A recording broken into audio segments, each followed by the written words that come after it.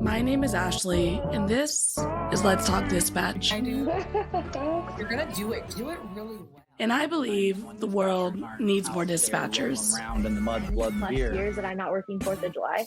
4th of July. Say community policing, right? What about community dispatching? So on this show, with the help of my guests, we will educate, empower, and support the heroes behind the headset. Hello, everybody. Welcome back to another episode here on Let's Talk Dispatch with me, Ashley, the Raspy Dispatcher. I hope you guys are all doing wonderful as we're heading into this holiday season. We're recording this just before Thanksgiving, and I actually just got a notice, and I haven't published it yet, but we have published this week our 75th episode of the Let's Talk Dispatch podcast. And for folks who listen, tune in, are familiar with podcasts, there are a lot of them out there. It's definitely the new media. It's easy, affordable, a way to express yourself, your opinions, your thoughts, so on and so forth. So a lot of folks are doing it, but a lot of folks don't make it to 75 episodes. And the reason that we've made it this far is because of everyone who is listening, tuning in, coming onto the show, sharing their stories, being vulnerable with a bunch of strangers, including me. So I really appreciate you all for the love and support and continuing to tune in to our podcast. Speaking of our podcast, today's guest has over 8 years experience with the Florida Highway Patrol as a dispatcher and a training officer. They have currently switched over to Lee County Port Authority, serving there as a dispatcher. And let me catch my breath as I continue to tell you all the amazing things this guest does. They sit on the Florida APCO as a board member and committee chair. They work with the Denise Amber Lee Foundation as an intern, and they are also a team member and editor at the Humanizing the Headset organization. My guest today, Trae. Woo, hi, Trae. Hey, hello. Woo, I had to catch my breath with all the amazing things that you do out there for us. It's a mouthful, isn't it? But it's so awesome to have you here. I told you a little before, Halcyon with Denise Amber Lee, we've been bullying you for quite some time to get you to come on here with us. So I'm glad we were able to make it work. That's definitely a way to put it. If anyone's in our Let's Talk Dispatch private group, there's usually a meme thread below any exchange between the three of us. Okay, that's definitely true. Yeah. How did you get into public safety? It's always been something I was interested in. From when I was a little kid, I always wanted to be in law enforcement. Was always interested in being around law enforcement. Middle and high school, I got involved with my local sheriff's office as a police explorer and cadet. Stayed with that until I was in my 20s. Then applied for dispatch position and ended up under the headset. Thought I would do it as like an introduction to public safety, then transition to the road, but I just fell in love with it. I think it's where I'm gonna probably stay. So What was it like for you in the beginning? I mean, I feel like I'm also the same. I thought I would, get into dispatch and eventually move out into the field. And I got real cozy, liked my heater, and the air conditioning and the blankets and the TV. What can go wrong, There's raining out there. I'm staying here. Yeah. But what was that like for you in the beginning? Like finding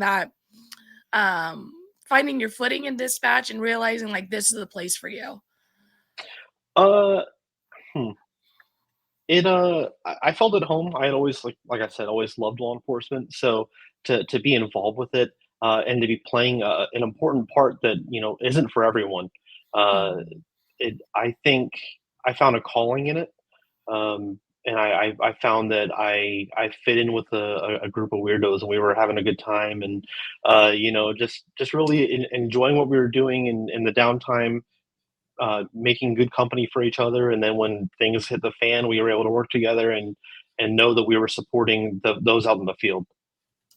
That's awesome. I think a group of weirdos is the best way I heard anyone describe dispatchers because it's so true. Like we talk about it all the time, I think, in our centers, like when we talk about backgrounds and like we're joking about that. It's like you gotta be just a little weird to get into to get through backgrounds and to get into this line of work.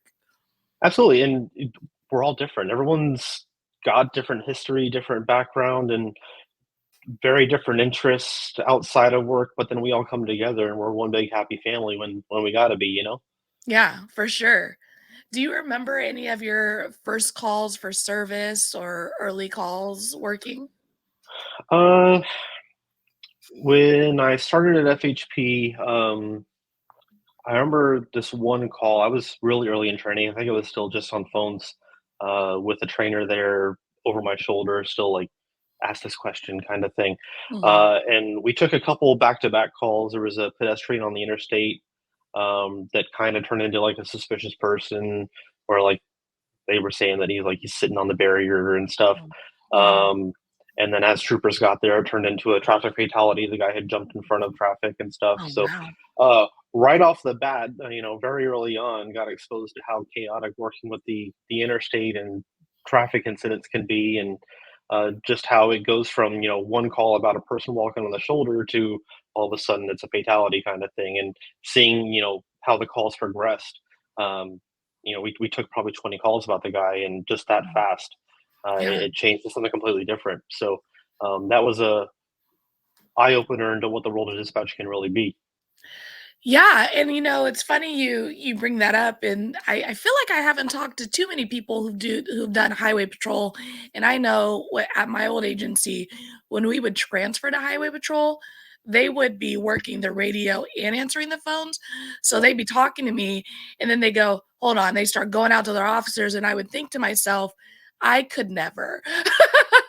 Yeah. I don't want to have to work a busy, highway patrol interstate channel while out also fielding phones. Like I'm like, These folks are superheroes." Like it just seems so wild to me, like the need to do that at those types of agencies. Yeah, so both agencies have been with their non-traditional PSAPs, and not Mm, doing, actual like 911. We get transfers, yeah. or direct dials through admin lines kind of thing. Mm, And they've all been you're on the phone, radio, teletype, everything all at once.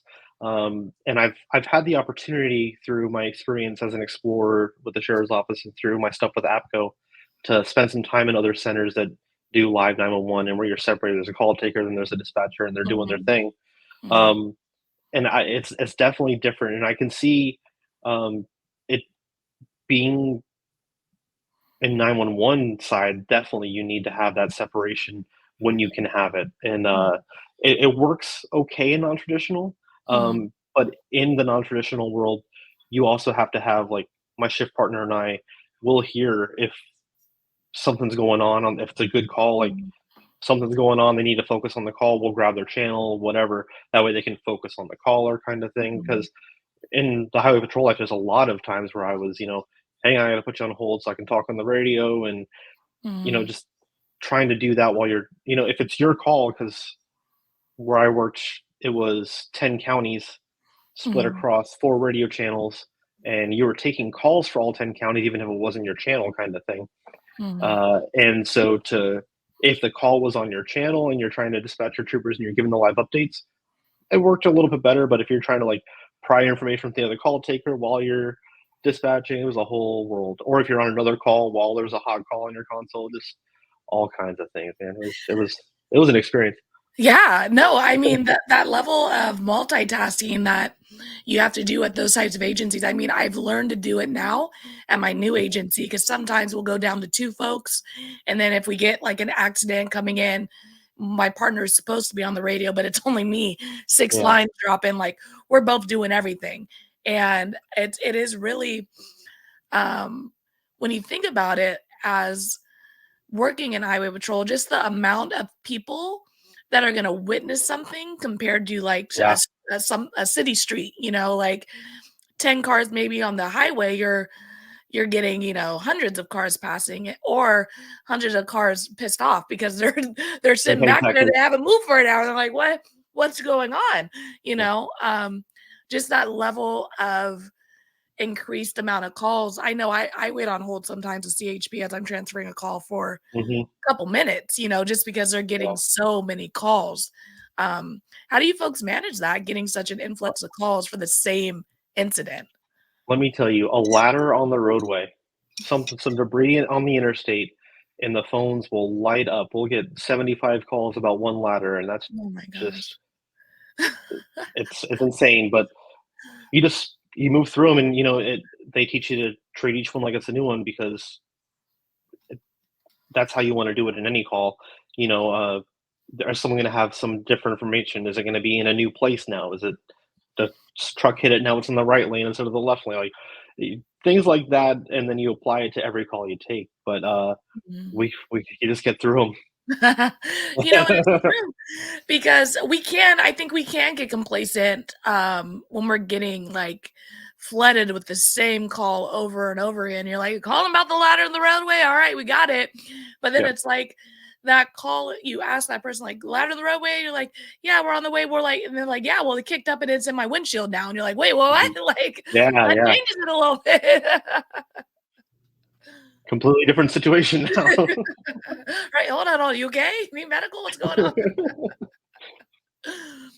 Well, you've worked at 2 departments now, so you're at Yeah. the Port Authority. What does that look like? I don't think I've talked to anyone Uh, working in that type of role.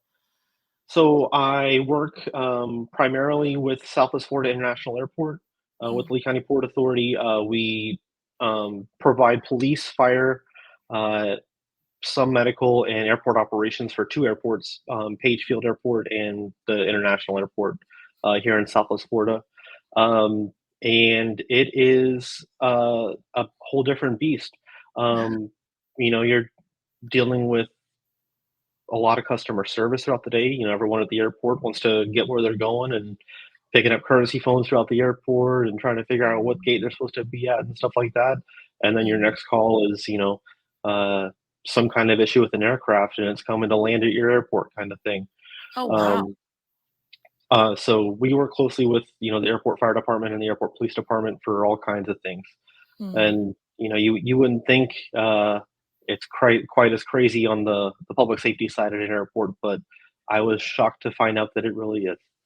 That is really true. I went to this training, IDI Basic Post out here in California, and it was basically a training with a bunch of cops who were going to teach at the academy, and it's like basic instructor training to be able to teach at the academy.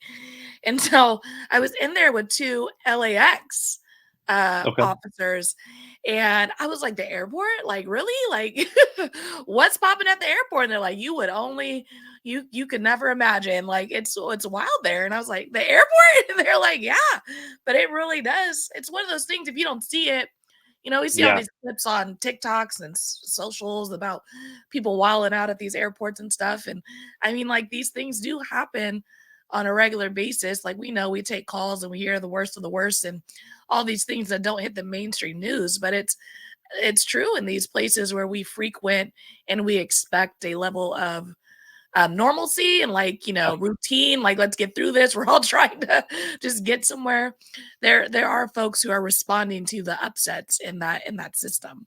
Yeah, we're behind the scenes trying to make sure that everyone else gets to enjoy their time at the airport and get to where they're trying to go to. And that there's a lot behind that. Our comm center is a very non-traditional. We're basically our own city. We have our own maintenance and public works and Mhm. janitorial services that, as a dispatcher, I have to work very close with. There's a spill on the floor in the terminal that's gonna, someone can slip on it. I got to get, janitorial services out there, and which sounds weird as a dispatcher that I'm dispatching someone with a mop, but we Yeah. are. As but then also the police and fire department on radio at the same time. So just Looking doing for a little one bit of lawsuit. everything. So if I Yeah, slip, I'm gonna be like, Trey, I'm gonna need that yeah. surveillance. And with so many cameras in an airport too. Yeah, but that's where the camera operators are all day Cool. on top of just general surveillance, but monitoring lines and Mhm. making sure that the airport is operating optimally. Mm. Very interesting. It's one of those things. Like I went to another training, Klutz. Super fun, super exciting. Um, and someone was there who worked for the FBI, and they essentially were like a dispatcher for the FBI. They answered the phones, they dealt with, sending people out and do all those things. And it was just like, wow, that's a job at the FBI. Like, there's just these Hang on, I gotta write this down. right? I was like, where you apply for that? I was like, I don't want to do none of the physical stuff. I'm older now. I want to say I work for the FBI and I want to answer some phones. And but like, yeah, like all these little pockets of organizations or departments or that you don't necessarily think have dispatchers, um, like the airport. So like, yeah, I guess the airport does need dispatchers, Yeah. and I think it's so cool to learn about all the different ways we're affecting these organizations. Yeah, and the way that we all play a piece in the public safety system. We have a good working relationship with, especially the county fire and EMS dispatch center.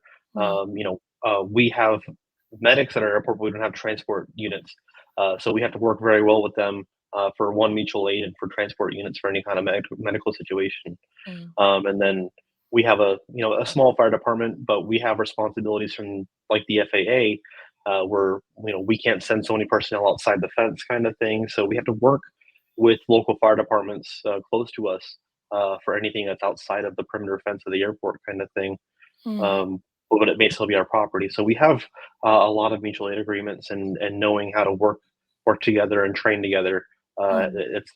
We do that pretty frequently, which is pretty nice.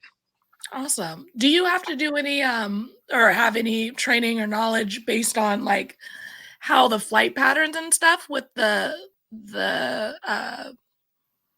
airplanes work when they're like coming into emergency land, or is that all handled by like the flight tower or things like that? Air traffic control handles all of that, but we have an air traffic control radio. Mm, So when we get notified of an emergency from air traffic control, we can start listening to real time any updates that the mm. pilots or flight crews giving.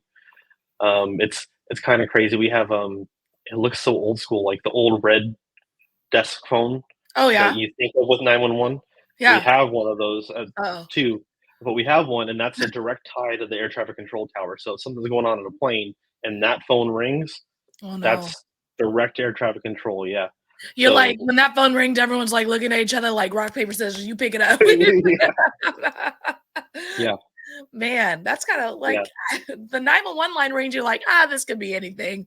This could yeah, be a butt dial. This could be, But then that red phone rings, and you're like, something's yeah. happening. I don't Oh, know if I like that. yeah. We could keep red It's phones it's out of my center. yeah. So we have our regular phone, and then we're on taking a call, and all of a sudden the red phone Mm. rings, and we all just like look at each other like, oh no. Oh no. Especially when it's already been a day, and Because then that that is red when the the red bell phone's rings, gonna and you're ring. like, Yeah, yeah. that's when the red phone's gonna ring. It's not gonna ring when it's, code 4. It's gonna ring when it's been hot grease and popping. Take that breath like, oh man, and then all of a sudden, oh man, that phone. Aw. Oh my gosh, that's hilarious. Um, well, how important, so you've worked at two centers now essentially, Yeah. and you've gone all over the place. You're doing all these great things with dispatch. Um, how important is the culture of a center to a department? Um, I think culture is everything. Mm, Um, it's very important, especially um, in a job that's as high stress as ours. mm, Um, to have you know culture's how you feel when you wake up. Am I going to go to work and enjoy my day, mm, or am I dreading going to work? Um, mm, and in a job like this, we have to love what we're doing, love the people we're doing it with, and know that I'm going to walk in the door and no matter what, I'm going to make a difference today.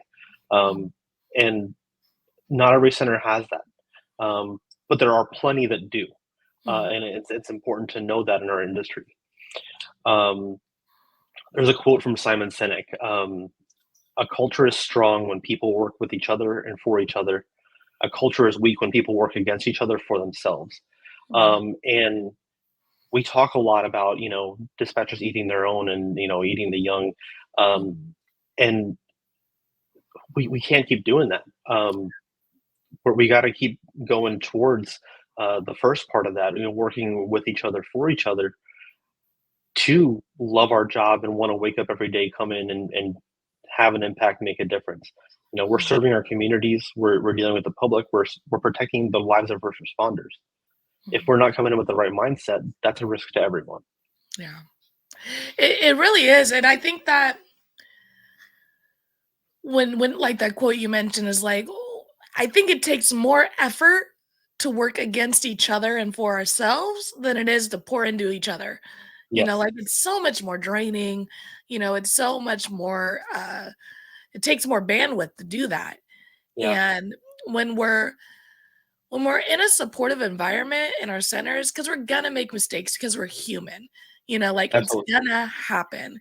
And when we don't feel supported and we feel like we're walking on eggshells and someone's always watching to send an email about something, we're gonna create an environment where we're gonna make more mistakes because we're so Yeah. worried about that thing that we're not supposed to do and whatnot. We're in a world where nothing's black and white. Every day is different, and Mhm, we're flying by the seat of our pants, making some crazy decisions every day. mhm, And I want to know that the people are going to support me if I know if I'm going to make the right decision, or if I'm going to make a decision in the best interest of what's going on. That mhm, both my management and my team are going to support that, and we're going to work together to come to a good resolution. mhm. Exactly. And I mean, and one thing I think I often say on here is that, it's helpful when it comes from our supervisors and it dwindles down and has that natural flow. But it also just comes from all of us. What are you pouring into the room? Absolutely. Let's not focus on what supervisors aren't doing or aren't creating. How are we impacting the room when we come to work? Are we positive? Are we helpful? Are we a team player? All of those things matter in creating that culture. Yeah, absolutely. And if you're in a place where it may not be the brightest culture, what are you doing to impact it? Are you being the encourager and coming in every day with a smile on, Mhm, and trying to flip what's going on? Are you mhm, trying to bring the team together? Are you communicating that, hey, this ain't right? Why are we turning each other down? mhm, What's going on here? What can we flip? You know, mhm, um, or are you just letting it happen? Are you contributing to the negativity? mhm, Um, that's what we gotta start doing. It if we're not in a good environment, we either gotta change it or we gotta find a better one. mhm. And that's true. And I mean, I think for some folks who are, sitting here and they're like dreading work and they're really not feeling good about having to go to shift, like that's not a great place to be in either. And maybe it is time for a shift, for you to leave or to find a new department or find a new role, because there are so many things that we can do with our abilities and skills that we learn in dispatch. And ultimately, you know we need more dispatchers, period. Yes, Right? Full 100%. statement. But we also need more folks who are happy, engaged, and really feel valued in these roles that we're asking people to fill. Because sometimes we get someone in the door and we're like, gotcha. you know, Yeah, now you're here, you're stuck, like, and we forget to love on them, and we need to continue to do that, yeah, especially after training, especially 5 years in, because we retention is just as important as recruitment, and culture helps with that. 100%. And, in remembering our people, not just when a bad call happens, and it's very important when, we hit that adrenaline rush call that we're checking on our people afterwards. They're fine when the Mhm, adrenaline's popping and we're either in or right after the call, but, keep checking in on your people. But outside of those calls, we're dealing with it every day. Sometimes we're working 7 day, 10-day weeks, 12-hour shifts. That takes a toll on people. It takes them away from their family for a long time. Are Mhm. we taking time to check on our people and making sure they're okay outside of work, or when they're Mhm. coming in, they're in the right mindset? And just taking the time to have that conversation, or just take a moment to say, "Hey, are you okay?" or "How's everything going?" makes that difference. It Mhm. affects the culture. Mhm.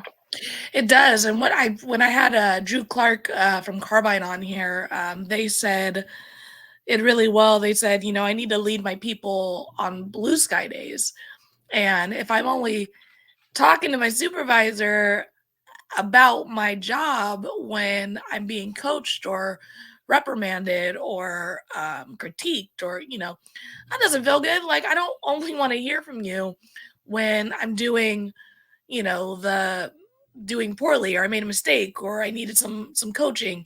I want and I also don't only want our interactions with the good stuff to be written document whatever your department uses to Yeah, highlight yeah, for the bosses to see that you're doing a good job. Like I want genuine connections with you. I want you to really come and tell me like, oh, I noticed this or I noticed that. Like it's great for it to be written. I love that in my jacket, sure, but also, I want to know like you genuinely think that we're not just checking boxes here to show the uppers what's going on in dispatch. yeah. I love that, and I'm fortunate where I'm at now.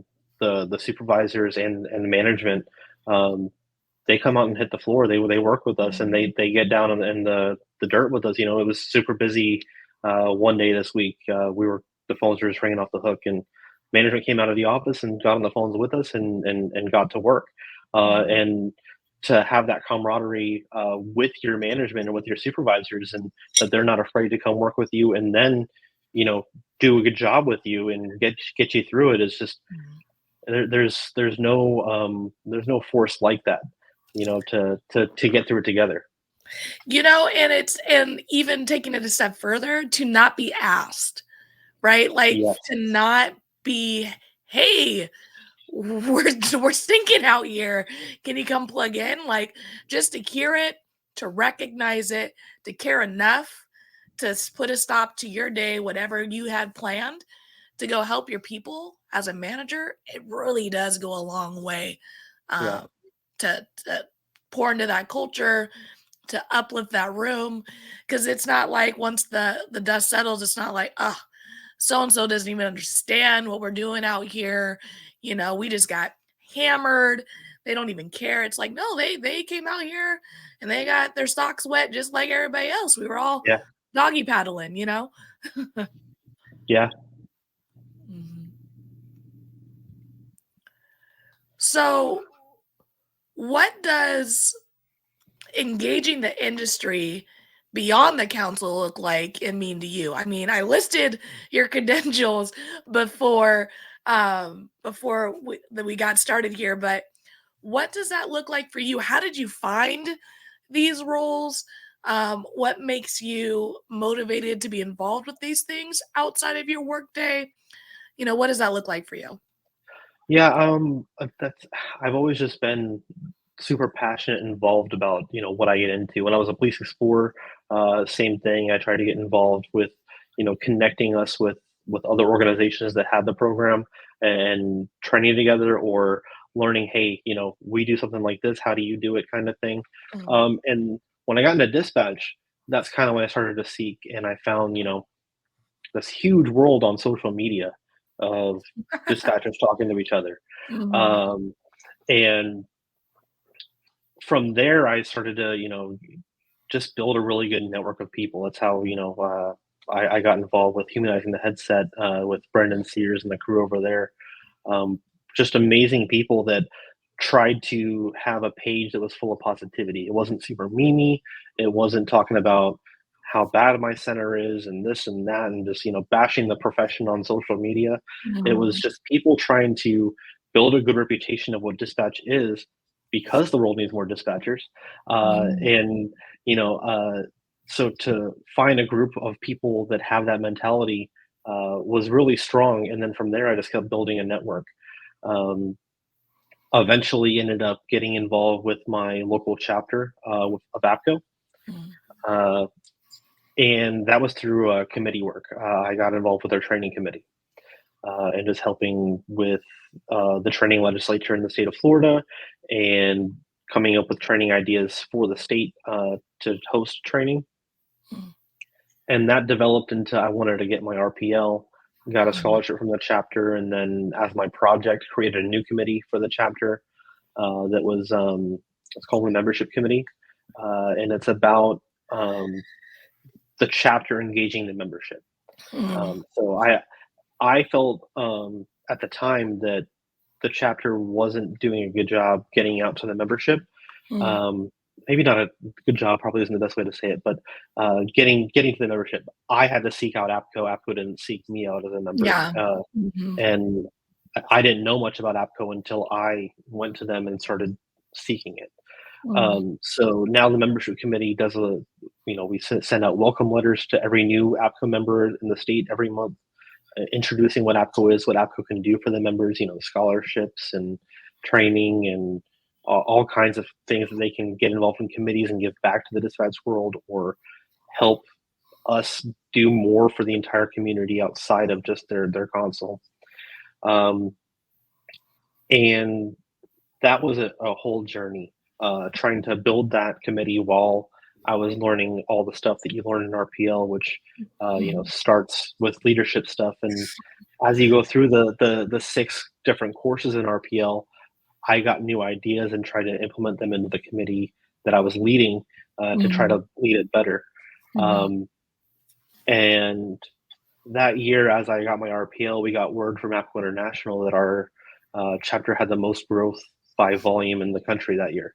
Wow. Very cool. So I felt what I was doing with getting people engaged and reaching out to agency leadership and trying to get people to get involved with us had that impact that I was looking for, and we're still trying to do that now.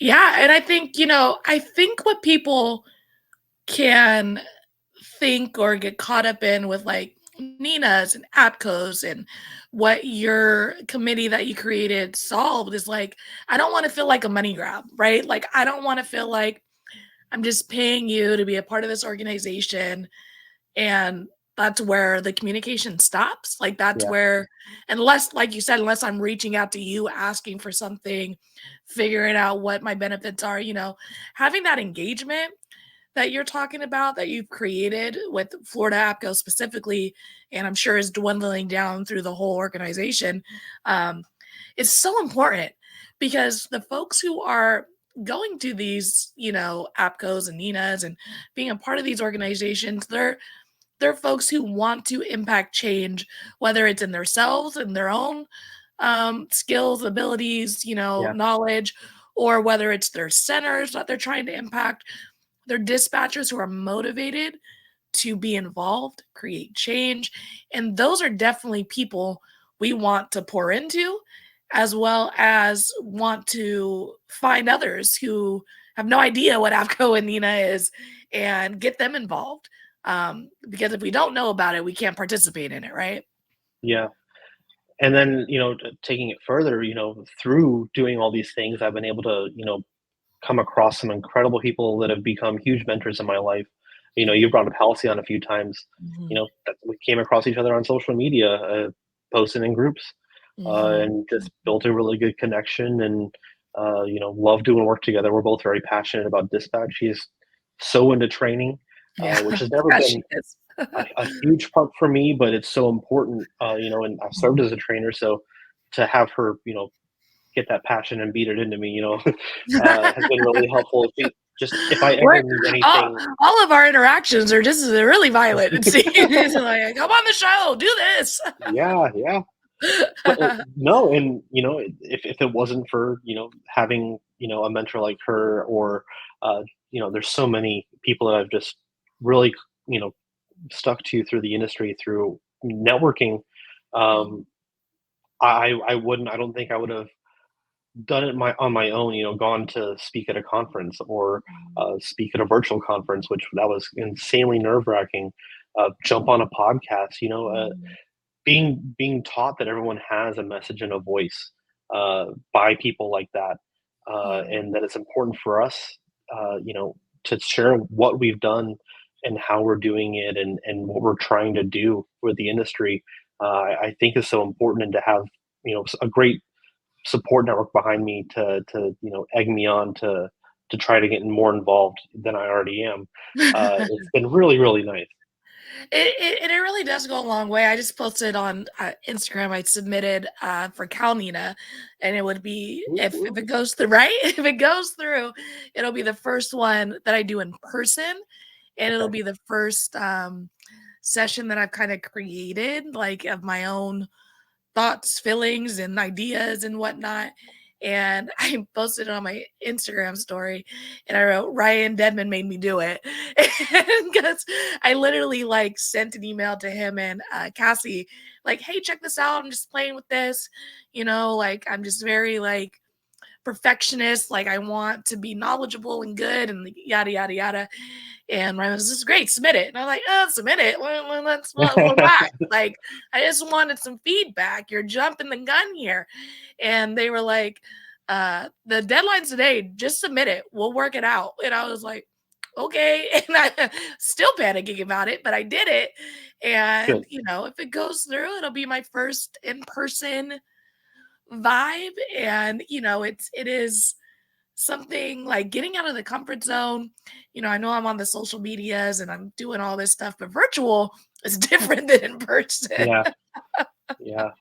And even virtual, I did Dare to Be Great last year. I did Dare to Be Great Mm, 4. mm. That was my first time presenting, and it was virtual. Uh-huh. And to try to get through my content and space it while it's just me talking to a screen, Yeah.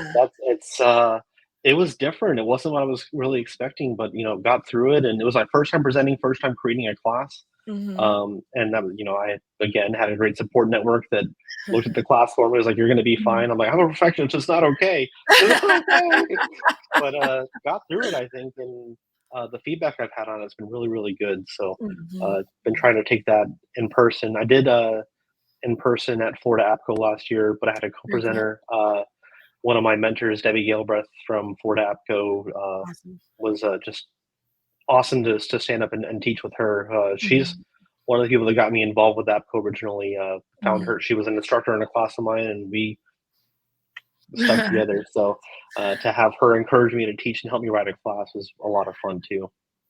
Awesome. And I mean, it's so important for everyone to really, because everyone's experience is so different at all these Yes. agencies and all these things and the way people do things. And there's so much information that we gain to learn from one another just by hearing about how each other does it, did it, accomplished it, changed it, like all the things. There's so many topics that are out there to learn about and teach on.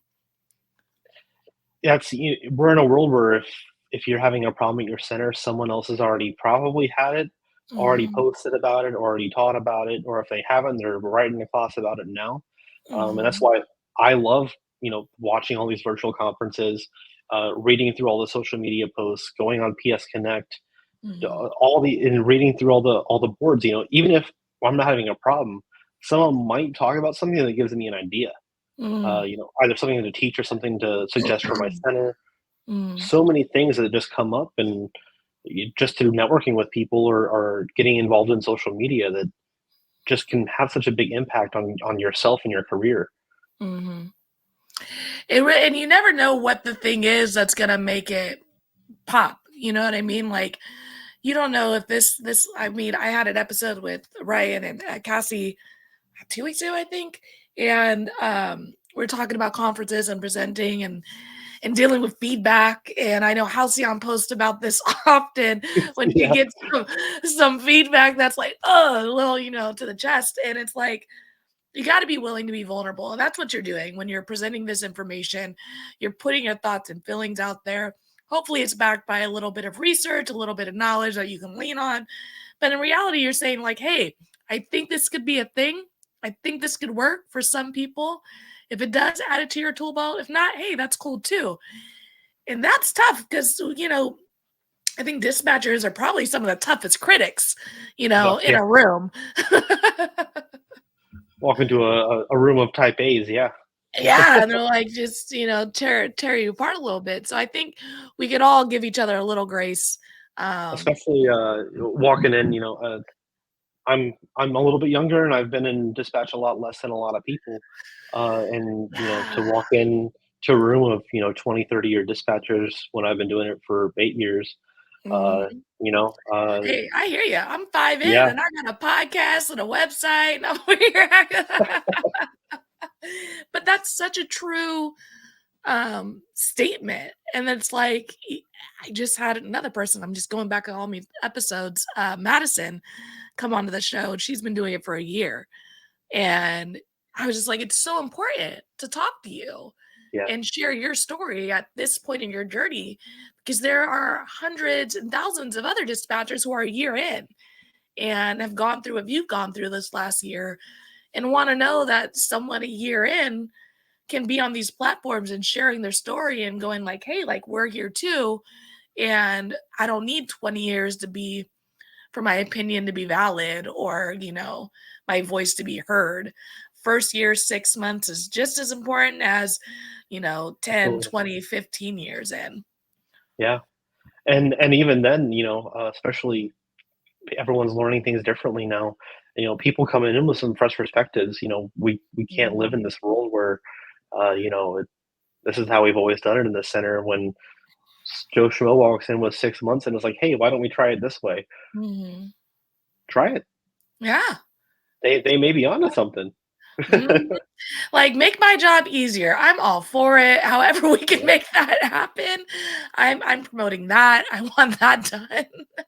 But it's true. Like if we get stuck, and I think, and I've heard often in centers, is like, well, nothing's gonna change, or even if we do say something, nothing's gonna happen. And it's like, look, it's like negotiating your contract every what 2 3 years, right? Like you're gonna ask for this but you're only going to get that and that, like you have to slowly chip away at the things and say things professionally and, in control and really express your opinion and just keep making noise when something is doesn't feel good or isn't right or if we don't give any feedback to our departments or our management we just kind of complain within our ranks, you're right. Nothing is going to change. yeah, But I'm not looking for 100%. I'm looking for five and then another five. And then,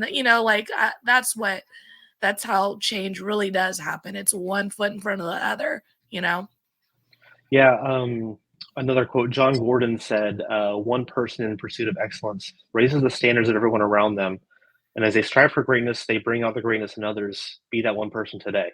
Mm, And that's 100% on it. mhm. Doesn't matter if it's your first day, if you're 15 years in. If you've got an idea, if you want to walk in the door today with your head held high and try to change the culture in your organization or make a change that's going to make this job so much better for everyone else, speak up about it. Bring it Yeah. up. Do that, and if you're the person in the room who's dogging that person for doing that, you know what? Go take your lunch break. Yeah, Okay. Go take off a the lap. We're trying to make things better, not keep them the same or make them worse. Um, so we're coming towards the end here. The question I asked everyone is, what advice would you give someone who's considering a career in dispatch?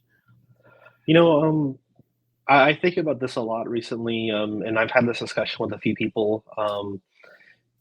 If someone who's looking to get in this career is probably doing some research, they're finding things on social media, probably finding Let's Talk Dispatch, but Yeah. there's some groups that out there that draw a lot of negative Mhm. comments and a lot of just not so pleasant things about dispatch. And I promise you that this is a great career. Mhm. Um, when you're looking into getting into it, if you're thinking about it, ask to go do a sit along in some of the centers in your area. Don't just look at one, look at a couple. When you're in there, talk to the employees, talk to the supervisors, get a feel for how the culture is there. Find the one that's going to work for you that you're going to fit into, and try to get into that. And don't listen to the things that negative people are saying on social media. You know, they could just be venting. There's a little bit of gallows humor and sarcastic goes with dispatch, sure. But Mhm. sometimes in these groups it gets really repetitive, goes too far. Don't fall into that trap. Mhm. Just there's people that are out there making a difference. Not every center is a bad center. There are centers out there with incredible cultures. Find the Mhm. one that's going to work for you if this is the career that you want to get into. Awesome. Well, Trey, thank you so much for coming onto the show, sharing your journey, giving us all the amazing advice and tidbits. I really appreciate it and everything that you're doing for the dispatch community with Denise Amber Lee, Humanizing the Headset, APCO, all the things. I'm sure it is appreciated by everyone you're affecting, including me. It was really good to have you, and thank you so much for everything you're doing trying to get more people in our centers. Awesome. All right. I'll be right back with you. All right, everybody. That was another amazing episode here on Let's Talk Dispatch. And Trey's completely right. Social media is amazing. I use it, obviously, maybe a little too much, to reach people, share the good, the bad, and everything in between with dispatch, because we definitely want to be transparent when trying to get people into these roles. But yeah, there is some times where you can find a lot of negativity and a lot of folks kind of bashing the career. And the reality is there are centers where toxicity still is alive and well and the culture isn't wonderful, but as Trey said, you got to do the footwork, you got to do the research, find the department that you feel is going to be a good fit for you, because the reality is we are no longer in the day and age where we have hundreds and thousands of people trying to get into our department. It's really our departments are really searching for folks because we need more dispatchers. You hold the balls in your court. You know what I mean? You have all the power in this situation because multiple agencies are hiring. You don't have to settle for one. And I want to empower anyone who's going through the application process to recognize that you are the prize. You don't have to settle for an agency. You can look around and see which one is going to be the best fit for you. Like, subscribe, tell a friend, follow us on all the social medias. And until next time, stay raspy, everybody. Thanks for tuning in to another episode of Let's Talk Dispatch, a Raspy Dispatcher production. If you like the podcast, don't forget to hit that subscribe button, leave a 5-star review, and of course, tell a friend. If you want to be a guest, head to the raspydispatcher.com and check out our additional resources. Until next time, stay raspy, everybody.